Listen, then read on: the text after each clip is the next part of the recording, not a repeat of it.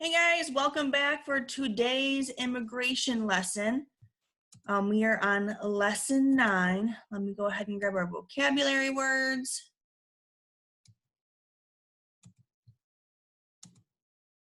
Okay, our first vocabulary word is amendments, and amendments means changes and improvements. So the example that was given here says Cassie and Devin made several amendments to the list of books they wanted to read during their summer vacation. So amendments here are talking about like changes in like the laws of our Constitution. Then we have the Bill of Rights, and that's a document that contains additions to the Constitution, which limits the power of the government. The Bill of Rights is made up of the first 10 amendments to the Constitution. So the Bill of Rights has those first 10 amendments, those changes that were made to the laws. Consent means approval or permission. Peter's mom gave him consent, allowing him to go to the arcade with his friends. The Constitution is a document that lays down the foundation of the laws of the United States and explains how the U.S. government works. James Madison is often called the father of the Constitution. And then a disagreement is arguments or differences in opinion. Disagreements between the colonists and the King of England eventually led to the Revolutionary War. All right, that is our vocabulary words for today. If you hear them, or pay attention, see if you can hear them as I read the story. Let me go ahead and pull up our story here. Okay, so the story today is called We the People. The Constitution and the Bill of Rights are two of the most important documents in U.S. history. So right here is the Constitution over here, or Constitution over here is the Bill of Rights. It explains the main laws of a country and how its governments work. That means that the U.S. Constitution states the basic laws of the United States and explains how the U.S. government works. Today, these two important documents are located in the National Archives building in Washington, D.C. One of the men who helped write the U.S. Constitution was James Madison. A small, quiet man, James Madison was born in 1751 in Virginia. He did not enjoy crowds, nor did he enjoy speaking to them. When he did, he had such a soft voice that listeners had to lean closer in order to hear Madison's words. Yet many people took the trouble to do so because they thought Madison's words were worth listening to. He was well known for having great ideas and making the most confusing problems clear.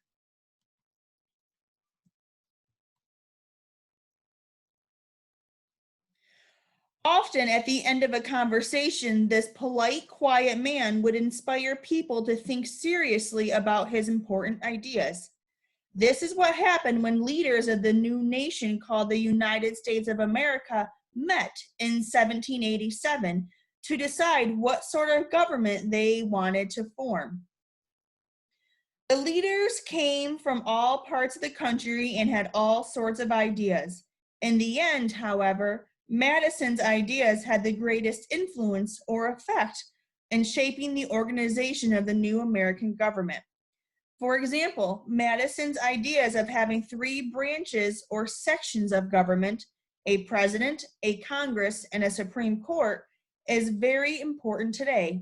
Together, these 3 branches in the American government balance each other's powers so that no one branch becomes too powerful and makes all of the nation's decisions. When it was time to write down what they had agreed upon, Madison did more than anyone else to write the Constitution of the United States.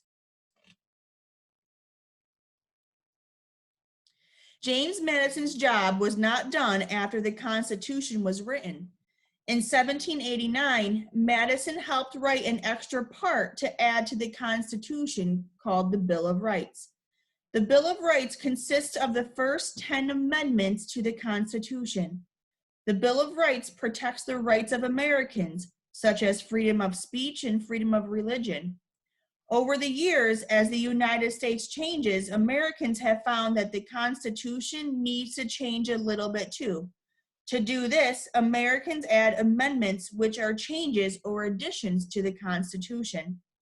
The amendments are believed to make the Constitution better for the lives of American people. James Madison's fine work in developing the U.S. Constitution earned him the nickname the Father of the Constitution. Later, James Madison was elected to serve as the 4th President of the United States. Today, hundreds of years later, American government and laws are based on what Madison and his fellow founding fathers created. The U.S. Constitution is the highest law of the land, so no one and no state is allowed to pass a law that goes against the Constitution's principles. But what does the Constitution say? Well, right from the start, the authors made a bold statement. The Constitution begins with a very famous introduction called the preamble. It starts with, "We the people of the United States." This means that the greatest power behind the American government is the American people, all citizens, rather than a king or queen or just the founding fathers who wrote the Constitution. The government of the United States represents all of its citizens of the United States. The citizens of the United States can vote to change how our government does things. This is called the consent of the governed. In return for this power, the people agree to live by and follow the laws. The preamble goes on to say that citizens want the Constitution to make the nation run fairly for everyone, and the states will unite or work together to help make the nation work smoothly. The preamble, or the introduction to the Constitution, also tells us that American laws or rules must protect the liberties or freedom of all citizens, not just some. It is an agreement that the Constitution is our most important set of rules. The preamble says that the federal government will include an army, navy, and other military forces to protect Americans from enemies. It also says that the government and the laws are meant to protect the liberties or freedoms of Americans now and in the future. This long list of big jobs is just in the preamble. The rest of the Constitution goes on to describe the different things the government is supposed to do. The government makes laws and carries them out. It solves problems, and the government protects Americans from certain dangers. It tells us how we are supposed to make those things happen. The Constitution also created the office of the President of the United States, the Congress, and the Supreme Court, which are made up of people who try to follow the principles of the Constitution. One reason the writers of the Constitution are still so admired is that they did an amazing job of creating a form of government that would not only help solve the problems of their own time, but would also help solve all sorts of problems they thought might come later on. Today, we the people of the United States have a Congress made up of people from every state where laws are made.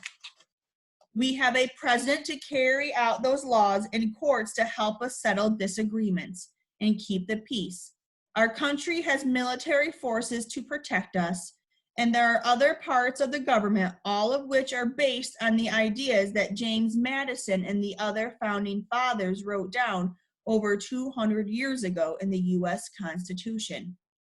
As time goes on and our country grows, bringing new problems and new wonderful new opportunities, we continue to add laws to deal with these new problems. Whenever we do, it is our job, our responsibility, to make sure that the new laws agree with the principles in the Constitution. So the Constitution is not something that stopped being important a long time ago. It is still at the center of how our government is supposed to work even today. All right, as we get started more into our War of 1812 unit for reading, we are going to learn more about James Madison and what life was like when he was president.